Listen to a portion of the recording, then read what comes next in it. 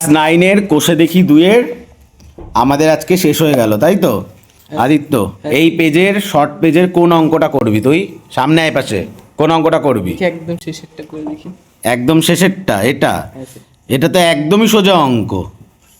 হ্যাঁ, আগের বারও সোজা চুজ করলি, এবারও সোজা। ঠিক আছে, সোজা অঙ্কই কর, সবাই সোজা অঙ্কই দেখুক। কি আছে বল? দাঁড়ান স্যার, আবার দাগ টানতে হয়? হ্যাঁ স্যার। ওরে বাবা, ঠিক আছে। কোষে অত কিছু ডিজাইন পরে করবি, আচ্ছা তুই আগে অঙ্ক কর। 11-র 5 নম্বর দে। কি বলেছে?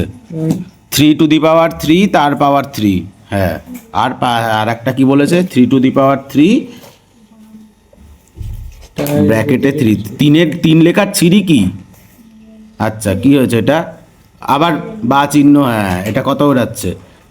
এই তিনের কিউব তো 27 হয়, কিন্তু এর উপরেও 3 রয়েছে, তাহলে সে 3-এর এমনি পাওয়ারটা 27 করে দিলে। আচ্ছা, ওটা 3-এর কিউব হলো, তাই তো? আচ্ছা, আর এটা? আর এটা একটু বড় করে লেখ। এটার সঙ্গে তো এটা গুণ হয়ে যায়। আচ্ছা, তাহলে 3 3কে 9 করলেই হয়ে গেল। আচ্ছা, ও স্যার, লাল কালিটা একটু দিন। লাল কালি দিয়ে তুই কি করবি? ঠিক আছে, নে লাল কালি নে দেখি। স্যার বড়? না না না না না, বাবা, এটা বড় না। বড়।